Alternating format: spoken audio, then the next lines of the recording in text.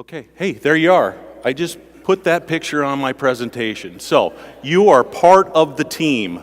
We don't cut anybody, we're looking for more players, but what I want to do here in my presentation is just kind of tell you what we do up in Cedar Falls, Iowa, talk about the floodplain, some events that we've gone through, and projects and activities. And also tie everything into partnerships. A common theme I've always heard in this conference is partnerships, development, build those relationships. So that is a key part of this conference and the presentation. Just get you familiar where Cedar Falls is at. We're up in Blackhawk County, northeast Iowa. Got a population in just over 41,000 people. Just want to let you kind of introduce the floodplain, what we do in in our town. We have the Cedar River that basically bisects the northern third of our city limits. As you can see on the map there, the floodplain, most of it is north of the river up in northern Cedar Falls, and then we got some tributaries that string through the rest of the city down to the south. 4,100 acres in the flood hazard area. Those are the A and E zones. Add 400 or 500 more acres, that includes the 500 year.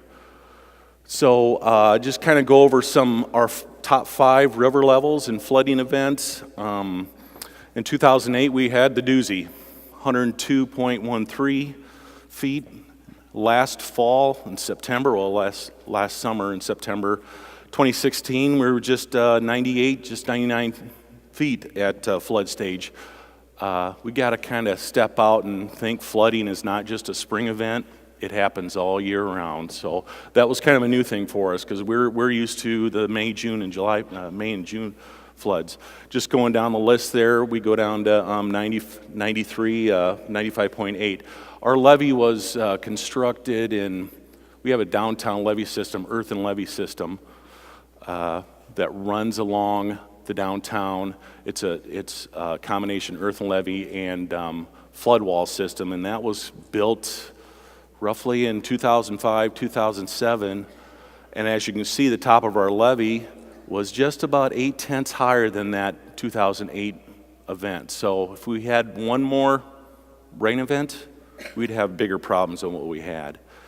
Moving along, as a result of some flooding events we have, of course we do the whole cleanup and the move into the acquisition process. But this map shows where our key buyout areas are. In 93, we had 100 properties, in 99, 65, and again in 2008, we were upwards of 171 properties. Total of 336 properties in that key area. And basically, that equates to just over 1,600 acres in open space development. So we take that, buy it, and then maintain that in public ownership and perpetuity. I like seeing flood photos and damage photos. I don't know, it's a thing of mine from other communities. I want to show you some of our photos. In 2008, the picture on your left just kind of gives you a perspective. The beach house, you can kind of see the roof line on that aerial photo, and that compares to what we had last September, probably halfway up on the side of the building there. These show some pictures of the private side and the public side of the damages. I wear many hats with the city of Cedar Falls, from planning and zoning and floodplain administration, code enforcement, worked with the building and engineering department. And in 2008, I don't know, I could say maybe I was promoted to garbage man.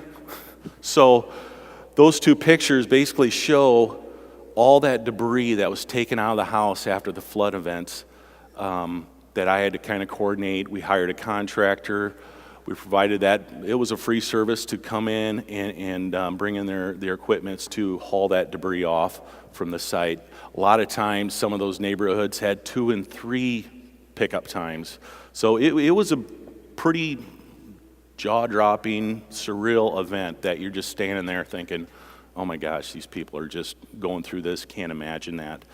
But yeah, that's kind of issues we have to go through. On the public side, you know, we got some washouts along some roadways in the area, so again, we have to make sure we armor those shoulders accordingly so it doesn't happen again. A little story on this photo. There was a co-op that we had that we since relocated to our northern industrial park, but that was inundated in 2008, and you can see on the top right, one of the bins split open, just emptied the corn off of that. Lower picture, this house sit right next to these bins and basically just almost covered the top half of that house up to the roof eaves. Well, after a few weeks, you know, they got some of the corn out, and when it sits in the sun for a few weeks, you know, it develops this nice, hard, crusty green layer. And here, I'm an idiot sometimes, where you go in and, hey, I'm gonna go in and check that house. I'm walking up there, and I just stepped through that nice, crusty layer into this putrid smell of green slime. So it was just disgusting, and just getting out and doing those checks. But the other day, someone said, hey, you got to get out and get your boots wet. And so I don't know what I did to those shoes and socks, but I think I definitely got my boots dirty that day. What we do when we have flood events, we have pre-flood events. Of course, the big thing is PSAs. Get that notice, get the communication out to the public, know what's going on. We set up our emergency operations centers, our EOCs. We have a manual that basically assigns everybody in the city to various flood-related activities. We have basically a communications officer that actually works with the mayor and council and directors to get those information out. The fire department knocks on doors, hands out information, let people know what's going to happen, when is it coming, and so forth. The map on your right there shows just more in the layman's terms of kind of where the waters are at, kind of in the area as it crosses the road. People can see, hey, right down the road, that little dip in the road, when the water crosses there, it's at this elevation, and they can correspond to that where the water is expected to crest. So it kind of gives them that visual layman's viewpoint, real easy to understand and make sure they're ready to plan for that event. Another thing we set up as pre-flood or pre and during is donation drop-off sites. And when we have these type of events, and I'm sure it's across the country, that people come out, they want to help out in any way. So what they do is they donate their food. Cleaning supplies is a big thing. The Red Cross is out there. I was up there setting this thing up, and people started bringing dog food and cat food, and I just thought for a second, really? Well, people have pets. You got to have that. Their stuff is being flooded. They can't use it, so we got to have that. So it's a very nice thing to have. After the flood, they're working, they're dirty, they can't get out. They come up to the church. We offer them sandwiches and food and whatever they can take. So that's a big help. They really appreciate that.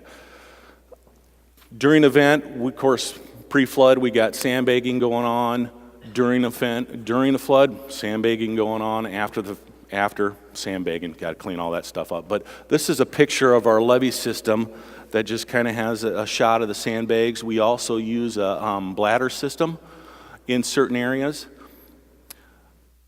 As I said, our levee is earthen and wall system, and that top picture shows a section of the wall down at the south end of the levee, or the whole protection system. We have the openings there that accesses a park, that provides access to a park area. So again, when we have the flood events coming in, Public Works gets in there, shuts those gates, makes sure those panels are installed and sealed. The bottom smaller picture of the sandbags, sandbagging is a science. You know, you got to have team leaders to know how to lay them down, pack them, lock them in together. If you can kind of see on that lower corner slide, that's a picture of the flood wall with bags just kind of stacked on top of the flood wall. The flood wall is probably 18 to 20 inches wide. Well, that wouldn't have stopped anything. Luckily, the water was about 6 inches below the top of the flood wall, but anybody can just kind of go up and push those sandbags over. So what we did, that was in '08. What we did in 2016 is use the HESCO barriers, the big bags, and we had Public Works come in and fill those baskets. That HESCO pictures the same location as that top picture. So we basically ran a couple rows of those, didn't have to worry about sandbags. It proved a better solution in that matter. Post-flood, when the waters recede, departments and staff team up together. Planning teams up with building inspections, and we go out and start making those inspections. First thing is we're looking at safety measures, making sure their panel hasn't been compromised, what type of damage they received. So when we're ready to go out, you really have to check your emotions in at the office, because you're going to go out and talk to these people that really don't know what type of damage until we're out there, but you got to listen to them. I've been out in the lines, never been spit on, but I've been sworn at. But you just have to listen to them. You don't sugarcoat anything. You got to tell them, hey, this is what it is, and I think they appreciate that more and what they have to do. But these pictures show kind of some meter panels or meters that were with a high water mark. When that happens, we call our utilities. They go out and pull that meter, and then we tell those people, you got to come down, you got to get a permit, hire an electrician. And one directive that the council and mayor did is we don't charge for permits. We don't charge for flood repair permits, because when you tell someone to come down and get a permit and say, oh, by the way, that's $75 more, that's just more of a slap in the face. So we want people to get in, inspect those properties and get their permits, and so we can work with them on that way. Again, continue with emergency operations and damage assessments. What we did with damage assessments is just a quick assessment. In 2016, it was a lot less than what happened in 2008, but we looked at water levels in the basements, if it's slight or moderate or severe flooding, so we assess that way, and make sure that we talk to those people. Do you have flood insurance? Yes or no? Talk to them about that. Hand them information out for how to clean floodwaters, or how to clean materials, and our program about if you have bulk items or flood damage items, we'll come pick them up at no charge.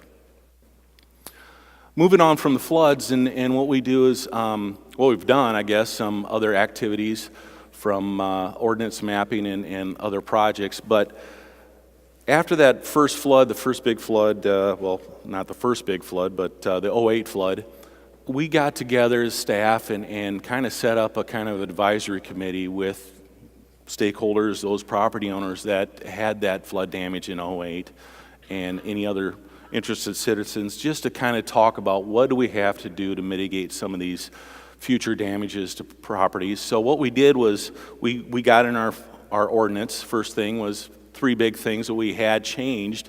So we had those increased levels of, we went from 100 plus 1 to 500 plus 1. Another thing was limiting the fill in the special flood hazard area to a maximum of 3 foot, and an area of 1/3 the lot area. With that, we basically don't allow LOMRs anymore, or LOMR-Fs anymore, because a lot of times that 3 foot didn't achieve that LOMR status, so we don't allow those. And then lastly, limiting the platting in the special flood hazard areas. So when we have a development with that touches a floodplain, we want to make sure those building envelopes, so to speak, on the lot is outside of that, so we're not creating those problems anymore. Map updates, we did map updates in 2011 from 1985 to 2011. Vast improvements for the maps, but there were some reaches in town that they were unstudied. So what we did is we worked with FEMA to we hired a contractor and went out and did that hydrology and analysis to develop those BFEs. Other local projects we have, this is kind of more on the stormwater side. Older part of town have gravel alleys, and it's always an ongoing maintenance for public works. So we stick through 2 or 3 alleys in our local street construction programs that basically collect that storm water, get them into those pavers, get them into the systems, and release it at a controlled rate. So that basically prevents the washout and making sure that gravel and dirt are not in the inlets and storm sewers. Other projects we look at is bioswales, bioretention basins along roadway projects. You notch the curb out and get that matter in those systems. They clean it, they filter it, they cool it, and then they release it along the way. With our subdivision ordinance requirements, we require a grading plan, a stormwater management plan, and that's for the preliminary plat status. And what that does is basically channel that drainage through like the rear lot lines, the middle lot lines, into an area-wide detention basin. So that the idea is to prohibit those events that might affect those homes in that area. So we want to have that routing plan through the stormwater detention and the development. Along with a preliminary plat, we have a environmental checklist that looks at wetlands and soils in the area to make sure we mitigate those measures. And as a plat is developed and sold, we have a stormwater pollution prevention plan, which is a SWIP plan, and that's issued before the building permit's issued. So that basically is your silt fences around the lot to control that erosion, making sure the inlets are protected. You have concrete washouts, and then just to have those factors in place. Other activities just want to go through real quick, the CRS and the Watershed.